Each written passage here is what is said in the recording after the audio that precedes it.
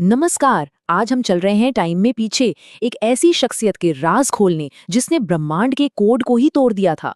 एक ऐसा जीनियस जिनकी बातें आज भी हमें सोचने पर मजबूर कर देती हैं। सोचिए जरा, क्या हो अगर ये कहा जाए कि मॉडर्न मैथ्स की बुनियाद ग्रीस या यूरोप में नहीं बल्कि 5वीं सदी के भारत में रखी गई थी। ये एक ऐसा सवाल है जो इतिहास को देखने का हमारा नजरिया ही बदल सकता है। मतलब पाई की वैल्यू या ये फैक्ट कि धरती अपनी एक्सिस पर घूमती है, ये सारी बातें जो हमें आज इतनी कॉमन लगती हैं, इनकी कैलकुलेशन आज से 1500 साल पहले किसी एक अकेले इंसान ने, वो भी एकदम सटीक तरीके से कर दी थी। कमाल है ना? तो फिर देर किस बात की? चलिए पर्दा उठाते हैं इस मास्टरमाइंड के चेहरे से। ये थे आर्यभट्ट, भारत के उस सुनहरे दौर के एक जबरदस्त मैथमेटिशियन और एस्ट्रोनॉमर। अब जरा इस टाइमलाइन को देखिए, ये बहुत दिलचस्प है। ये आर्यभट्ट को वर्ल्ड हिस्ट्री के नक्शे पर रखती है।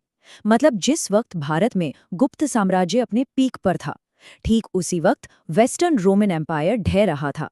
और दुनिया की इसी उथल-पुथल के बीच करीब 499 सीई में आर्यभट्ट ने अपना मास्टरपीस आर्यभट्टीय लिखकर पूरा किया। तो चलिए अब उनकी इस कमाल की किताब आर्यभट्टीय के पन्ने पलटते हैं। तो ये आर्यभट्टीय है क्या? ये असल में पुराने भारत की मैथ्स और एस्ट्रोनॉमी की एक पूरी समरी है। और सबसे अनोखी बात, ये सिर्फ 118 छोटे-छोटे खूबसूरत संस्कृत श्लोकों में लिखी गई है। मतलब ये किसी किताब से ज्यादा एक तरह का एंशिएंट कोड है जिसमें ज्ञान को बहुत ही कम शब्दों में पिरो दिया गया है। सिर्फ 118 श्लोक, और वो भी 4 चैप्टर्स में बटे हुए। पहला है गीत का पाद, इसमें एस्ट्रोनॉमिकल कॉन्स्टेंट्स और साइन टेबल्स हैं। फिर है गणित पाद, जिसमें अरिथमेटिक, एलजेब्रा, ज्योमेट्री मतलब पूरी मैथ्स है। तीसरा काल क्रिया पाद, ये टाइम की गिनती और प्लैनेट्स के मॉडल के बारे में है। और आखिर में गोलपाद, जिसमें सेलेस्टियल स्फीयर और ग्रहण यानी एक्लिप्स के बारे में बताया गया है। सोचिए, इतनी छोटी सी किताब में कितना कुछ है। ओके, तो अब आते हैं मेन मुद्दे पर। आर्यभट्ट के वो ग्रेटेस्ट हिट्स जिन्होंने दुनिया बदल दी, नंबर्स, सर्कल्स और स्टार्स। सबसे पहले बात करते हैं पाई की, यानी पाई। हम सब जानते हैं ये वो फंडामेंटल कांस्टेंट है जो किसी भी सर्कल के सर्कम्फ्रेंस और उसके डायामीटर का रेशियो बताता है। और आर्यभट्ट ने इसकी वैल्यू क्या निकाली? 3.1416। यकीन मानिए, उस जमाने के हिसाब से ये वैल्यू इतनी सटीक थी, इतनी सटीक कि आज की मॉडर्न वैल्यू के भी बहुत बहुत करीब है। सवाल ये है कि वो इस वैल्यू तक पहुंचे कैसे?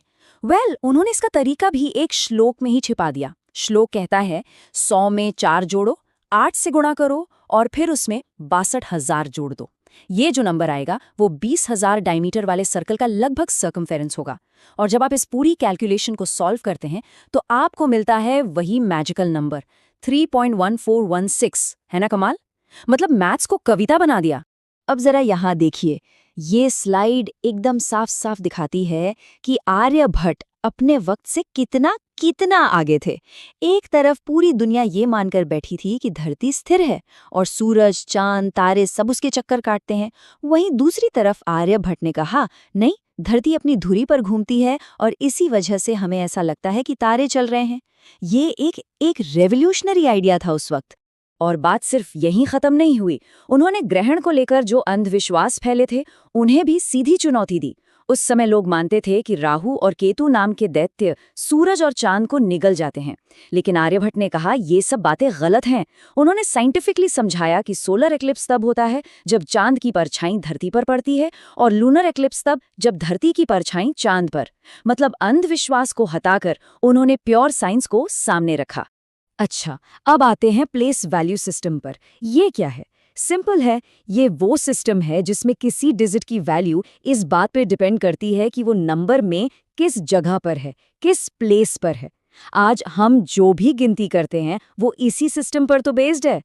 तो आर्यभट्ट का इसमें क्या रोल था? उन्होंने स्क्वायर रूट और क्यूब रूट निकालने के लिए जो तरीके, मतलब जो एल्गोरिदम बनाए, वो इसी प्लेस वैल्यू सिस्टम का इस्तेमाल करते थे।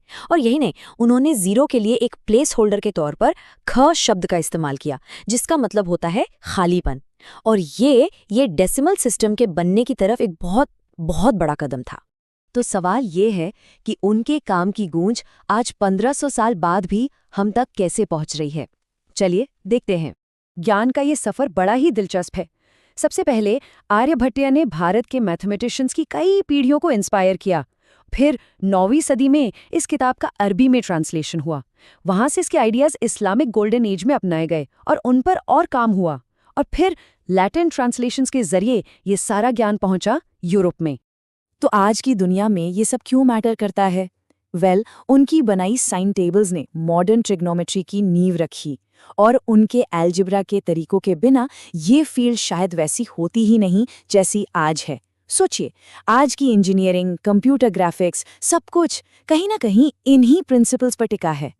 तो अगर एक लाइन में कहें तो आर्यभट्ट एक ऐसे पायनियर थे जिन्होंने एक घूमती हुई धरती का आइडिया दिया, ग्रहण के पीछे की साइंस बताई, और ये सब उन्होंने तब किया जब यूरोप में ऐसे आइडियाज आने में भी 1000 साल बाकी थे।